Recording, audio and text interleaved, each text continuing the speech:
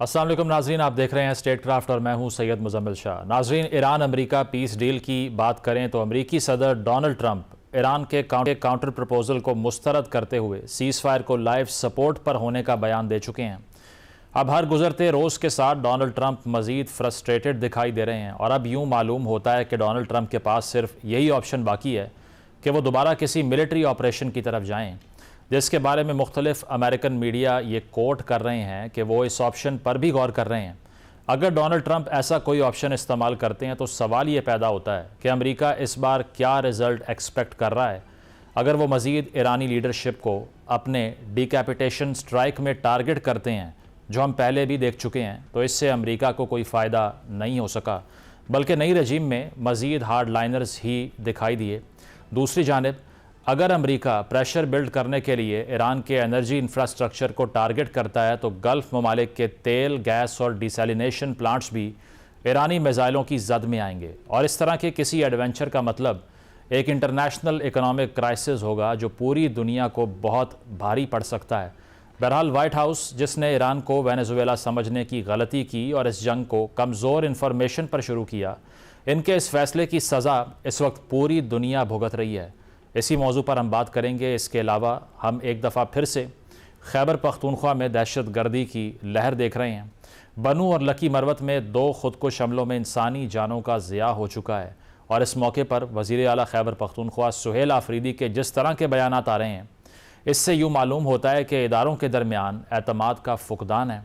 और क्या यही वो वजह है जो दहशत गर्दी के ख़िलाफ़ मतलूबा नताइज हासिल करने में मुश्किलात पैदा कर रही है? इन तमाम मौज़ूआत पर अपनी गुफ्तगू का आगाज़ करते हैं। साबिक सफ़ीर जावेद मलिक साहब ज्वाइन कर रहे हैं। इसके अलावा दिफाई तजिया निगार air commodore retired Khalid Chishti साहब मौजूद हैं। सीनियर सहाफ़ी और तजिया निगार शौकत पराचा साहब मौजूद हैं। आप तीनों का बहुत बहुत शुक्रिया।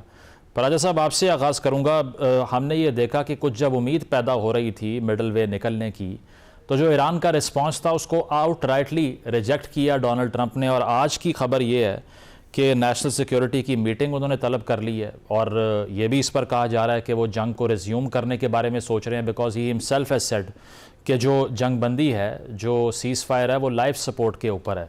तो क्या देख रहे हैं कि दोबारा से ये रिजम्पशन हो जाएगी जंग की, या ये सिर्फ एक अग्रेसिव डिप्लोमेसी का टैक्टिक है ताकि प्रेशर बिल्ड किया जाए, ईरान को अपनी टर्म्स पे लाया जाए? जी, थैंक यू सो मच।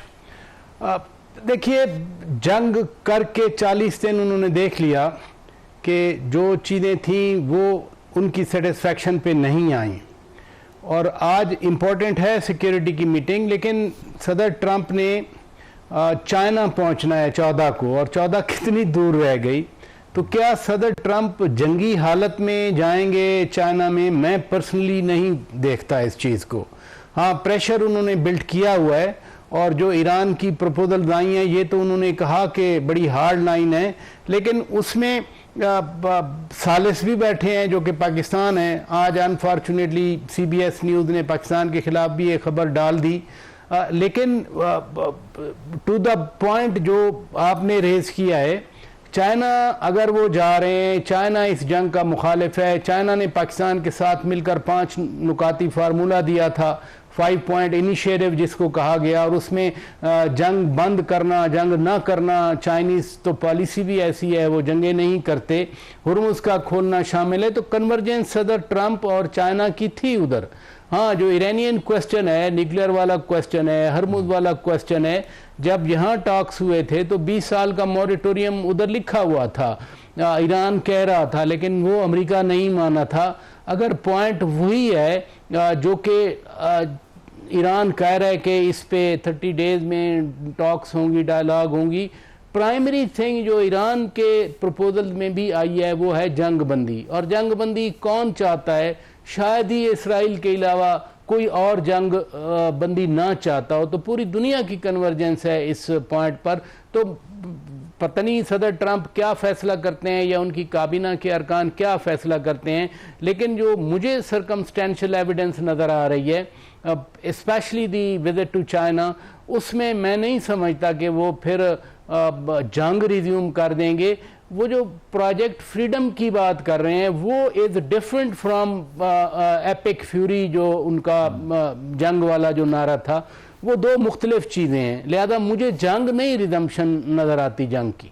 सही सही, बिल्कुल। ये जो फ़िलहाल हम देख रहे हैं कि मिडिल ग्राउंड नहीं निकल पा रहा है, इसको हम सिनोनिमस ना समझें इस चीज़ से कि जंग रिज्यूम हो रही है। खालिद साहब, जो बयान आया है इब्राहिम रज़ाई की तरफ से, जिसमें उन्होंने ये कह दिया कि अगर दोबारा जंग होती है तो उसमें फिर 90% जो एनरिचमेंट है उसको हम अटेन कर लेंगे, ये तो उस स्टैंड पॉइंट के अगेंस्ट नहीं जाती बात जिसमें ईरान रिपीटेडली ये क्लेम करता है कि हमारा जो न्यूक्लियर ग्रेड एनरिचमेंट का थ्रेशोल्ड है उसको अचीव करने का कोई एम्बिशन नहीं है। Then why this statement? बहुत शुक्रिया मुजम्मिल साहब, आपने इनवाइट किया। देखिए, उसके लिए थोड़ा सा हमें 2015 में जाना पड़ेगा, कोई 11 साल पहले के क्या हुआ ईरान के साथ। जब JCPOA साइन किया गया था, प्रेसिडेंट ट्रंप ने ऑलमोस्ट, ये कहा जाता है 2009 से मुज़ाकरात हो रहे थे और 2015 में तो ऑलमोस्ट पिछले 1.5 साल से एक्सटेंसिव मुज़ाकरात हो रहे थे, तब जाके 2015 वाला एग्रीमेंट हुआ था JCPOA। तमाम ममालिक खुश थे, यूरोपियन यूनियन, खासतौर पे इंग्लैंड, सबने सेलिब्रेट किया कि जबरदस्त हो गया, लेकिन उस वक्त भी इसराइल नाराज हुआ था कि ये एग्रीमेंट नहीं होना चाहिए था। फिर 2018 में प्रेसिडेंट ट्रंप आए तो आते ही उन्होंने सस्पेंड कर दिया उसको, वो भी उस पर इसराइल खुश हुआ कि बहुत अच्छा हुआ है, और यूके और बाकी मुल्क हैरान रह गए कि ये तो एग्रीमेंट इतनी जल्दी, जिसके मुज़ाकरात के ड्यूरेशन ज्यादा थी, साल जली, और ये एग्रीमेंट सिर्फ 3 साल चला है। आपके व्यूअर्स को रिफ्रेश करता चलूं मैं कि ईरान ने उस वक्त तकरीबन 8 टन जो एनरिच यूरेनियम थी वो रूस के हवाले की थी उस वक्त थ्रू कैस्पियन सी। ये पार्ट ऑफ द एग्रीमेंट था। तो 8 टन का मतलब है उस वक्त हम 8 टन ले रहे थे, आज 440 ग्राम के पीछे लगे हुए, जो तकरीबन 15-16 गुना कम है उससे। तो ईरान ने सीखा उस वक्त, उसने सोचा, और आई एम श्योर कोई भी ईरानियन की जगह होता तो यही सोचता कि उस वक्त उन्होंने 8 ton nuclear rich different category का हवाले किया था रूस के अंडर द एग्रीमेंट, और वो भी सस्पेंड कर दिया गया उन्होंने अपनी मर्जी से। तो ईरान ये समझता है कि ये जो 440 जितना भी है, ये एक न्यू फाउंड लीवरेज एक ईरान को मिला है, या लास्ट लीवरेज रह गया है। अगर उसने ये भी हैंडओवर कर दिया तो ईरान के पास मेरा नहीं ख्याल कि कोई लीवरेज रह जाता है नेगोशिएशन के लिए। और जाहिर है प्रेसिडेंट ट्रंप चाहेंगे फिर उसके बाद रिजीम चेंज हो या सैंक्शन। और खालिद साहब, सबसे ज्यादा जो एक ग्लोबल रिपल क्रिएट हुई है, जो प्रेशर आया पूरी दुनिया पे, वो तो हुर्मुज़ से नहीं आया।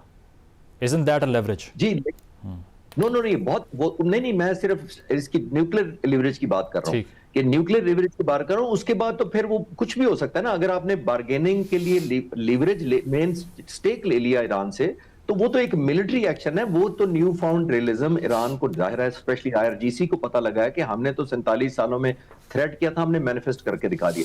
न्यू फाउंड रियलिज्म तो उनका ये भी है कि जितना इफेक्टिव हमने इसराइल को इस दफा मारा है, पिछले साल नहीं मारा था।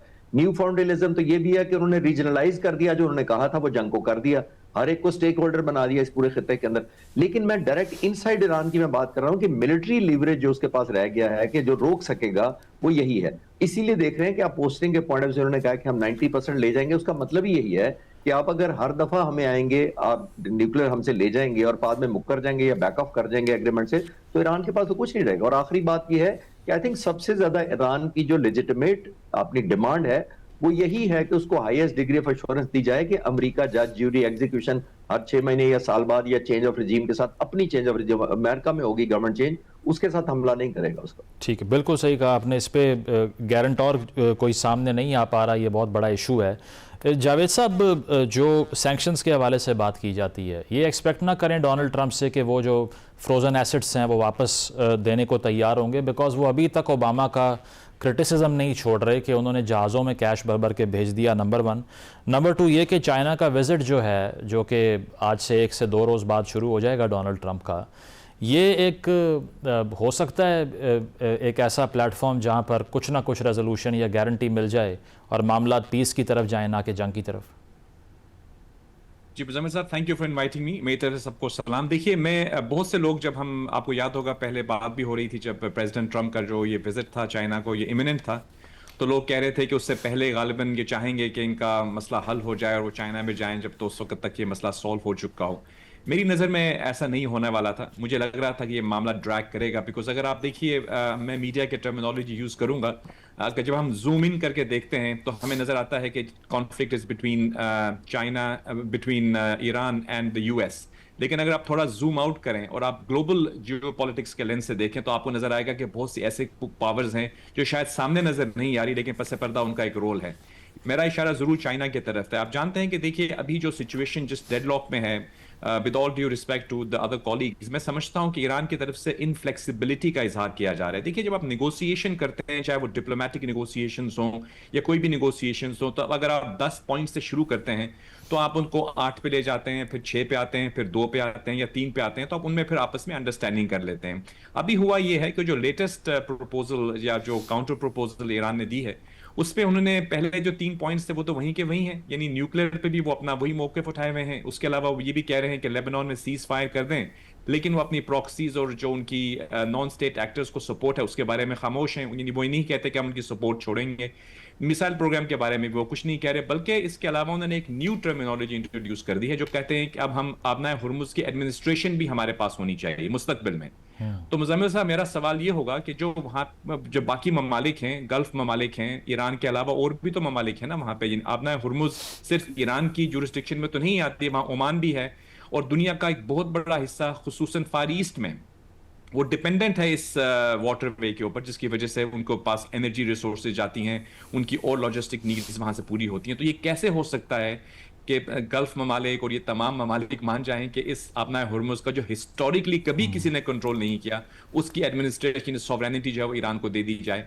तो मुझे तो लगता है कि अगर ये चीज इंट्रोड्यूस की गई है तो इससे तो नजर नहीं आ रहा कि वो बैक डाउन करने। नहीं जावेद साहब, इसकी आपने सही कहा कि, लेकिन इसकी एक वजह यह भी तो नहीं है कि ईरान समझता है कि ये ट्रोजन हॉर्स है, जो दिखाया जा रहा है वैसे होगा नहीं, इनएविटेबली है कि हम पे हमले जारी रहेंगे, इसीलिए कंसेशन की बात की ना जाए because they are absolutely hopeless. Isn't that the case?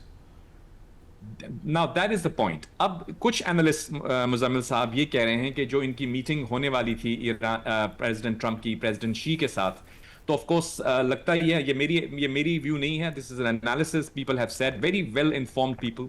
वो ये कहते हैं कि देखिए, ये जो थोड़ा डिले हुआ है या ड्रैग किया है इस मामले को, I think they wanted, president Trump wanted to go there with a clean plate, ताकि उनके ऊपर कोई प्रेशर ना हो। लेकिन I think Iran and perhaps in a way China also, वो ये समझ रहे थे कि अगर वो वहां पे आते हैं as a obviously he will come with a baggage, उनको जहां जाएंगे तो वो बैगेज होगा उनके सामने। ऑफ कोर्स मैं ये नहीं कह रहा कि उनका एजेंडा जो है वो सिर्फ यही होगा, वहां पे बहुत बड़ा एजेंडा है उनका, बायलैटरल उनकी विजिट है वहां पे, ताइवान भी डिस्कस होगा, साउथ चाइना सी भी डिस्कस होगा, आई एम श्योर टैरिफ्स भी डिस्कस होंगे, ट्रेड भी डिस्कस होगा, डेफिसिट है चाइना की, बहुत ज्यादा और भी मामला थे जिन पे बात होगी। लेकिन आई एम श्योर कि कुछ लोग ये समझते हैं कि मे बी चाइना का एक इन्फ्लुएंस भी है ईरान के ऊपर। आप जानते हैं they are the biggest buyers of the oil, plus उनकी और भी इन्फ्लुएंस काफी ज्यादा है, स्ट्रेटेजिकली जो है उनका कनेक्शन भी है ईरान के साथ। तो maybe they can use their leverage to be able to convince Iran कि वो किसी हद तक अपने इन 3-4 पॉइंट्स में से कहीं पे बैक डाउन करें और फिर ये मसले का हल हो जाए। तो उससे ये है कि एक तरह से वो ये कह सकते हैं कि China will also get an upper hand. Of course America के ऊपर उनका एक तरह से एहसान तो नहीं कहूंगा, but they will obviously give them an off ramp, a way towards the off ramp. और कुछ लोग ये समझते हैं कि उसके बाद अगर इवन इस्लामाबाद टॉक्स राउंड 2 होते हैं तो उसका रास्ता भी शायद बीजिंग से होकर इस्लामाबाद आ रहा हो। तो I think it's all very connected. अगर आप इसको ब्रॉडर लेंस से देखें तो चीजें समझ में आती हुई नजर आती हैं मुझे। एग्जैक्टली इसीलिए कहा जा रहा है कि चाइना विजिट जो है डोनाल्ड ट्रंप का वो काफ़ी अहमियत का हामिल भी है। प्रोग्राम में एक ब्रेक शामिल करेंगे, ब्रेक के बाद वापस आते हैं। Stay with us. Welcome back नाजरीन, पैनल हमारे साथ मौजूद है, डिस्कशन को कंटिन्यू करते हैं। शौकत साहब, मैं देख रहा था अरामको के जो चीफ एग्जीक्यूटिव हैं उन्होंने कहा है कि ये जो जंग है ना, इसके असरात 2027 के आखिर तक आते रहेंगे ग्लोबल मार्केट्स के ऊपर। हम अगर अपनी बात करें तो हमारे पास तो इसके अलावा कोई फाइनेंशियल प्लानिंग है ही नहीं कि अगर दुनिया में जंग लगी हुई है तो लेवी बढ़ा दी जाए पेट्रोल पे। इसके अलावा तो हमें नहीं पता कि अपना टैक्स रेवेन्यू कहाँ से लेकर आना है। तो ये वॉर फुटिंग के ऊपर हमें भी फिर कुछ करना पड़ेगा ताकि ये जो पाकिस्तान में अशिया खुरोनोश की कीमतें हम देख रहे हैं बहुत ज़्यादा बढ़ रही हैं। आज आटे की कीमत के हवाले से बात हो रही थी, पेट्रोल का राइज़ हमारे सामने है, बिजली महंगी हो रही है। तो क्या लगता है आपको कि अगर ये सेंसलेस वॉर आगे कंटिन्यूड रहती है तो हम पे कितना प्रेशर आ जाएगा? That's a point of worry. ये फिक्र की बात है क्योंकि ये मामला तो आगे बढ़ रहा है ना। मसलन 40 दिन पहले जंग हुई, सदर ट्रंप जैसे कहते हैं कि 70% हमने उनका नुकसान कर दिया, जो बाकी 30% है वो भी कर सकते हैं, हमने उनकी लीडरशिप मार दी, हमने उनकी मिलिट्री लीडरशिप मार दी। तो अगर ऐसा ही है, ईरान तबाह हो चुका है हर तरह से, तो फिर आपको फिक्र नहीं होनी चाहिए। फिर आप सीज़ फायर और फिर सीज़ फायर की इंडेफिनिट एक्सटेंशन ना करें ना, फिर आप प्रोजेक्ट फ्रीडम को भी आगे ले जाएं, फिर आप अपने ऑपरेशन एपिक फ्यूरी को भी जारी रखें। देखें ना, जो ये नहीं है कि इम्पैक्ट पाकिस्तान में आया है। कल आपका चैनल ही दिखा रहा था कि गैस प्राइस जो अमेरिका में बढ़ी है और जो अमेरिकी आवाम चीख रहे हैं उससे इक्वली वो हमारी तरह है। मैं अभी फ्यूल डाल के आया हूँ, मुझे पता है फ्यूल कितना बढ़ा है। ये मामला ड्रैग कर रहा है, जो कि वरी है, जिसकी तरफ आपने इशारा किया कि ये जल्द हल होने वाला तो नहीं है। ईरान की कंडीशंस आ गई, उनकी नेगोशिएशन जारी हैं, क्योंकि 40 दिन में ईरान ने दिखा दिया कि दे कैन विद स्टैंड। वो उन्होंने, ये नहीं है किसी ने रियायत नहीं की उनके साथ, उन्होंने दिखा दिया कि हम स्टैंड कर सकते हैं, वो तैयार हैं। जैसे अमेरिका की तरफ से बयान आते हैं वैसे ईरान की तरफ से आते हैं। या तो ये होता ना कि वो जैसे रज़ा शाह पहलवी के बेटे का एक प्रोजेक्ट लगा हुआ था कि वो आ जाएगा, रिजीम चेंज हो जाएगी। लोग तो अभी तेहरान सड़कों पे निकल आए, पिछले हफ्ते पूरा तेहरान भरा हुआ था। लिहाजा ये मामला आगे बढ़ेगा और इस मामले को आगे सामने रखते हुए हुकूमत पाकिस्तान को जो प्लान किया हुआ है, मसलन उसका इनिशियल तो ये है कि 13 जून तक हमने वो ऑस्टेरिटी ड्राइव आगे बढ़ा दी, बट उससे फ़र्क नहीं पड़ रहा। लेकिन मैं ये समझता हूँ कि चूंकि ये पाकिस्तान को इंस्टॉलमेंट चाहिए थी 1.2 बिलियन डॉलर्स की IMF से, और उसके लिए जो उनकी कंडीशन थी, और मैं नहीं कह रहा, ये तो हमारे वज़ीर पेट्रोलियम जनाब अली परवेज़ मलिक साहब ने खुद कहा कि वो लेवी इसलिए लगाई बढ़ाई। हाँ, अब टाइम आ रहा है, वज़ीर आज़म साहब भी चाइना जा रहे हैं 23 से, ट्रंप होके चले जाएंगे।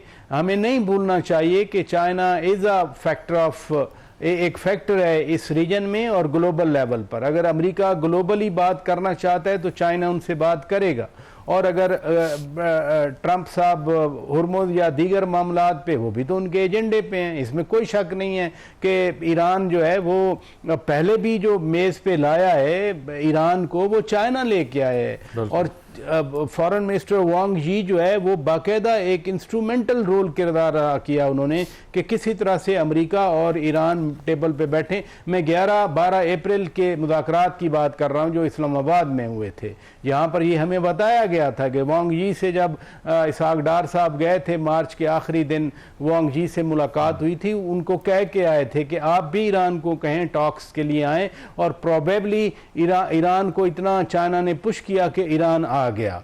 लिहाजा हमारे लिए मसला है कि जब तक ये मसला रहता है, यहाँ ये भी कहा जाता है कि हुर्मुज़ से हमारे लिए तो तेल आ रहा है। हमारी कामयाबी एक रही है कि शॉर्टेज नहीं हुई पाकिस्तान में, वो लाइनें नहीं लगी।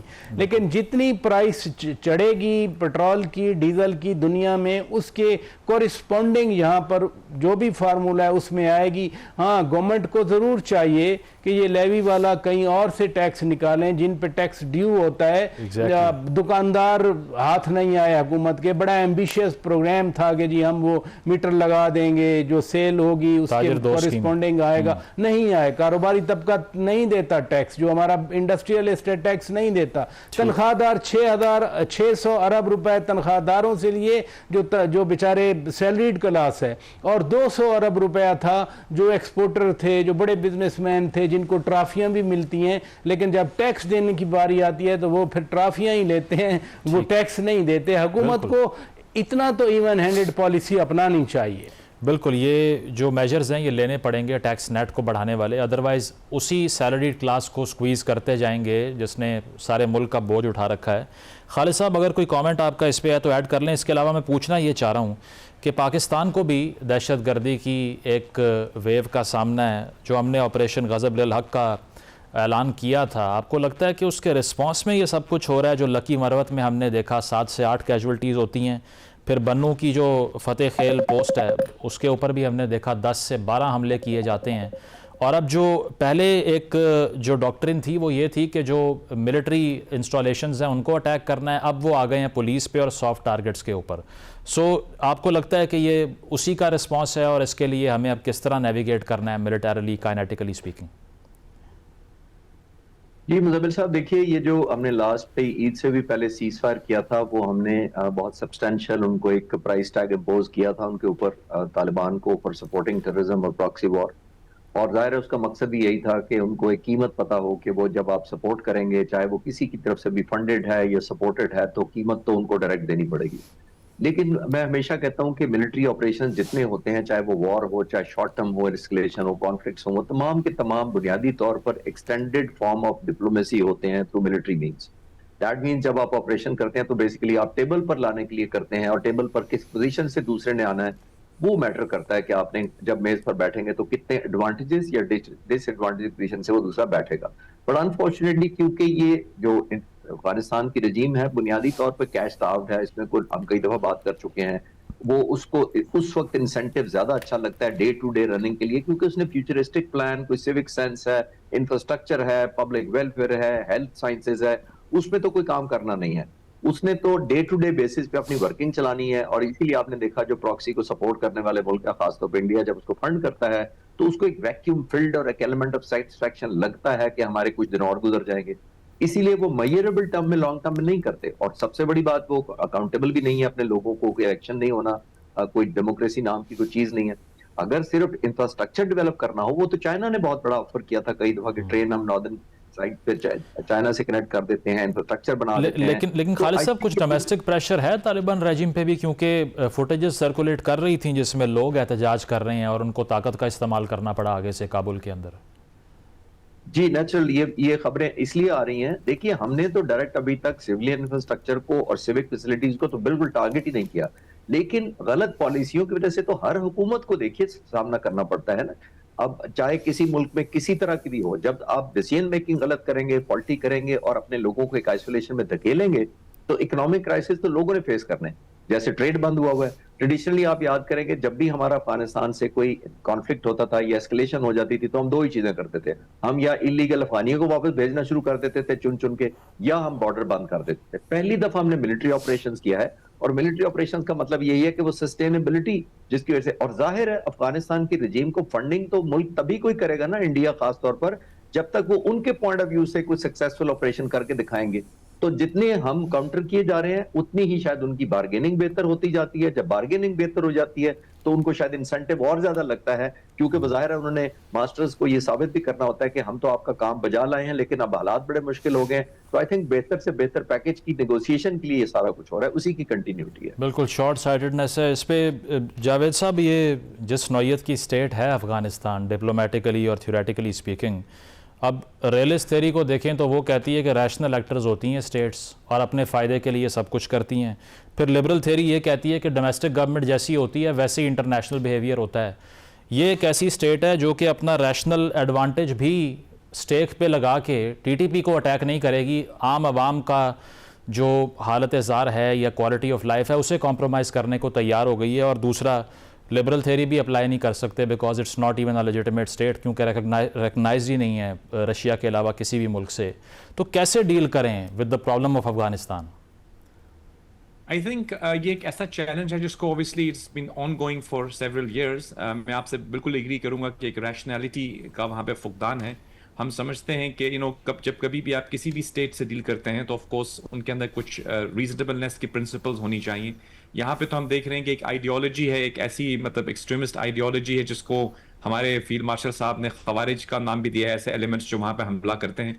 तो ऑब्वियसली जो लोग उनको पुष्ट पनाही करेंगे, अगर ऐसे प्रॉक्सीज को आप पुष्ट पनाही करेंगे जो पाकिस्तान पे हमला आवर होंगे, तो ऑब्वियसली आप अपने एक ऐसे दोस्त को अपना दुश्मन बनाने की तरफ मजबूर करेंगे। क्योंकि हम तो, हमारे यहाँ जहां तक मैं जानता हूं, पाकिस्तान की अफगानिस्तान के लोगों से तो कोई जंग नहीं, हम तो उनको अपना भाई समझते हैं, अपनी बहनें समझते हैं। लेकिन ऐसे अनासर जो वहां पे मौजूद हैं, जो पाकिस्तान पे हमला आवर हैं, उनकी जब पुष्ट पनाही कर रही होगी स्टेट, तो हमें दुख भी होता है और रंज भी होता है। हम उम्मीद ही कर सकते हैं कि it will be a combination. मैं समझता हूँ 2-3 इसकी सॉल्यूशंस की तरफ रास्ते जाते हैं।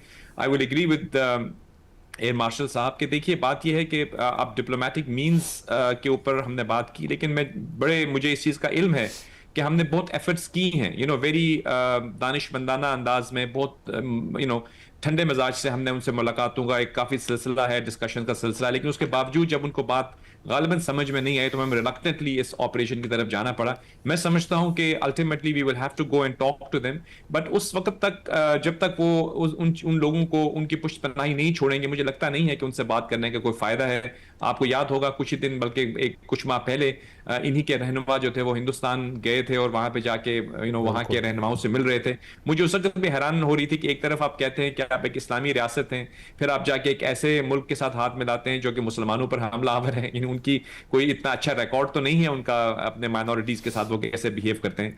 तो कुछ मुझे लगता है कि उनको भी अपनी आइडेंटिटी क्राइसिस हो रही है, and I hope that common sense will prevail.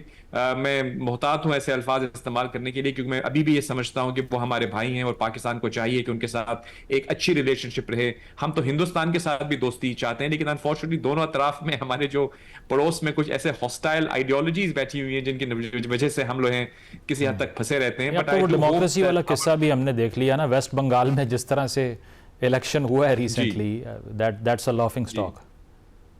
Absolutely, so one hopes के common sense will prevail. Hindustan के अंदर भी देखिए ऐसे एलिमेंट जरूर मौजूद हैं। अभी वहां पे एक तमिलनाडु में मैं देख रहा था कि एक कोई यंगस्टर जो है वो इलेक्ट होके आए हैं और उन्होंने जो बातें की हैं काफी, मतलब मुझे लगा कि मॉडरेट लोग भी वहां मौजूद हैं। I think he was representing Congress और maybe a new party. इसी तरह हमने देखा कि नेपाल के अंदर भी एक नौजवान की आदत आई है जेन जी के पॉइंट ऑफ व्यू। तो आई थिंक एक नई सोच जरूर जन्म ले रही है इस तमाम खित्ते में। ये माजी की जो बैगेजेस लेकर हम जिंदा हैं कि पास्ट में ही रहते हैं, आगे की तरफ नहीं जाते। तो हम उम्मीद करते हैं कि पीपल विल लुक फ्यूचरिस्टिकली। बहुत लड़ चुके हैं हम आपस में, चाहे हिंदुस्तान हो, चाहे पाकिस्तान हो, चाहे ये इलाके हो, इवन ईरान भी अगर आगे की तरफ देखें तो उनके सामने एक बहुत अच्छा रोशन मुस्तकबिल हो सकता है अगर वो अपनी रिसोर्सेज को पॉजिटिवली यूटिलाइज करें। उनके पास देखिए, आप सब लोग एग्री करेंगे, तेल और गैस के इतने जखायर हैं, शायद हो सकता है कि दुनिया में वो एक बहुत बड़ी इकोनॉमिक पावर बन सकें अगर वो अपनी स्ट्रेटजी को थोड़ा सा तब्दील करें। और वो जंग, अब कब तक जंग करते रहेंगे? 50 साल से वो जंग कर रहे हैं। देखिए, हम ये नहीं कहते कि उनको हक नहीं है अपने दिफा का, उनको है हक, लेकिन एक और स्ट्रेटजी भी तो हो सकती है। आप कभी कभी ऐसा भी सोच सकते हैं कि आप in the longer interest, in the bigger interest of the country, अगर आप इकोनॉमिक डेवलपमेंट की तरफ फोकस करें तो बहुत से लोग ये समझते हैं कि ईरान के हक में वो बेहतर होगा। उनके असासे जो है दुनिया भर में मुंजमद पड़े हैं, वो रिलीज हो सकते हैं, सैंक्शंस उठ सकती हैं, उनके हुनरमंद लोग जो हैं they can be positively utilised to build their country. तो वन होप्स के कहीं ना कहीं कॉमन सेंस प्रिवेल करेगी। एग्जैक्टली, प्रैग्मेटिक जो अप्रोच है वही हमने देखा है इंटरनेशनली के उसी से एक स्टेट जो है वो स्ट्रेंथन होती है, और इसीलिए पाकिस्तान की डिप्लोमेसी को भी एक्नॉलेज किया जा रहा है। Because to me I think this is unprecedented के इतना प्रैग्मेटिकली नेविगेट कर रहे हैं हम। प्रोग्राम में एक ब्रेक शामिल करेंगे, ब्रेक के बाद वापस आते हैं। Stay with us. Welcome back नाजरीन, डिस्कशन को कंटिन्यू करते हैं। शौकत साहब, जो टेररिज्म की हम बात कर रहे हैं खैबर पख्तूनख्वा के अंदर स्पेसिफिकली, अब जनरल मुशर्रफ के दौर में या इससे पहले की अगर बात करें तो शायद इससे भी ज़्यादा था, लेकिन एक बड़ा स्ट्रॉन्ग एंटी तालिबान सेंटिमेंट भी था पॉलिटिकल पार्टीज़ में। अगर मैं ANP की बात कर लूँ तो बिलोर ख़ानदान ने जो कुर्बानियाँ दी, या फिर जितनी कैजुअल्टीज़ मेरा ख्याल है कि ANP के कारकुनान की हुई हैं एंटी तालिबान स्टांस की वजह से, वो शायद ही किसी और पार्टी में हुई हों। आज आकर हम देख रहे हैं कि वो एंटी तालिबान सेंटिमेंट या पॉलिटिकल हलकों के अंदर उस तरह से पख्तूनख्वा में मौजूद नहीं है। इनफैक्ट खान साहब की अपनी हुकूमत में और फिल वक्त PTI की लीडरशिप में सबसे ज़्यादा अपीजमेंट पाई जाती है तालिबान को लेकर। ये एक बहुत बड़ा मसला नहीं है जिस वजह से नैरेटिव नहीं बन पा रहा? कि बड़ा क्रिटिकल इशू है।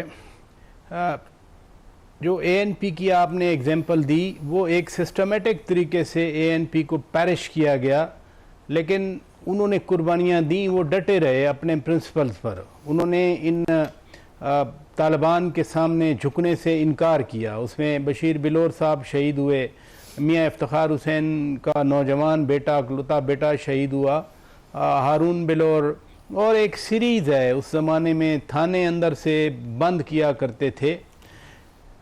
फिर ऑपरेशन ज़रबे अज़ब हुआ, दीगर ऑपरेशन हुए, सीरीज़ ऑफ ऑपरेशन थी। यानी स्वात वाले ऑपरेशन से आप शुरू करें, राह निजात से, राह हक से, और आगे ज़रबे अज़ब और रद्दुल फसाद तक चलते जाएं। उन ऑपरेशन के नतीजे में उनको निकाल फेंका और वो भाग गए अफ़गानिस्तान।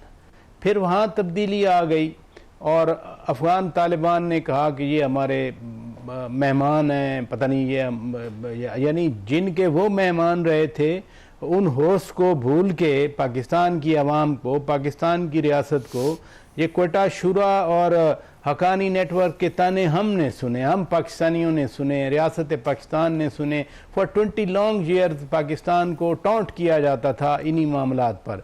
लेकिन फिर वही अफ़गान तालिबान जब उन्होंने कैप्चर किया काबुल, यहाँ से भी अजीब से नारे थे कि जी गुलामी की जंजीरें टूट गईं, लेकिन वो उन्होंने मेहमान बना लिए। और जो नैरेटिव चला स्पेशली खैबर पख्तूनख्वा में, यानी अभी भी पिछले साल तक कहा जाता था कि ऑपरेशन नहीं होने देंगे, हम ऑपरेशन के ख़िलाफ़ हैं, आप ऑपरेशन नहीं होने देंगे तो फिर उनको कौन संभालेगा? बुनियादी ज़िम्मेदारी लॉ एंड ऑर्डर की, अगर फ़ंड जो हैं वो 18वीं तरमीम के तहत आपको ज़्यादा आपका हक है तो आपकी ज़िम्मेदारी लॉ एंड ऑर्डर की आपकी है स्पेशली।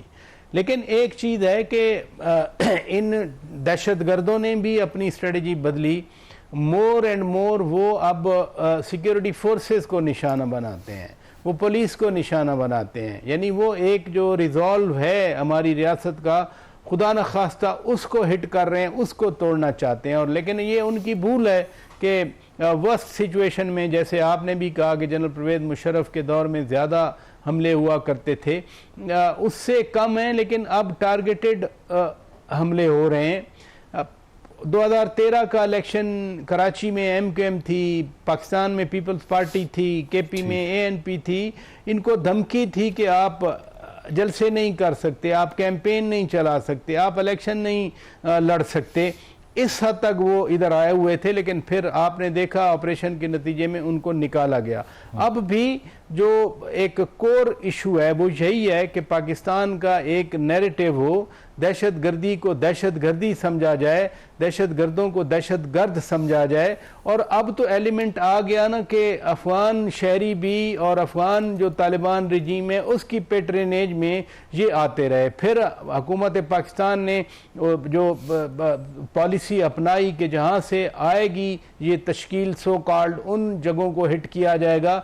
तो अभी जब से पाकिस्तान ने स्ट्राइक बैक करना शुरू किया है तो कम से कम वो ग्राफ जो अफगानिस्तान से आने वाले हमलों का वो ख़त्म तो नहीं हुआ, लेकिन रुका ज़रूर है, वो कम ज़रूर हुआ है, रुका नहीं है, कम ज़रूर हुआ है। तो मुझे ये लग रहा है कि जो हुकूमत की पॉलिसी है अभी कि जहाँ से जिस कैंप से वो निकल के इधर अटैक करेंगे उसी कैंप को निशाना बनाया जाएगा, ये पॉलिसी कंटिन्यू रहेगी, मुझे लग रहा है ये। ठीक है खालिद साहब, लास्ट मिनट है, मैं चाह रहा हूँ कि गवर्नेंस के इशू पर आप कमेंट कर दें कि उसमें कहा जाता है कि कुछ कमज़ोरी है, इसीलिए बहुत से इलाकों में पख्तूनख्वा के अंदर हम ये देखते हैं कि जो मिसक्रिएंट्स हैं या इस तरह के एलिमेंट्स हैं उनको एक फ्री पास मिला हुआ है।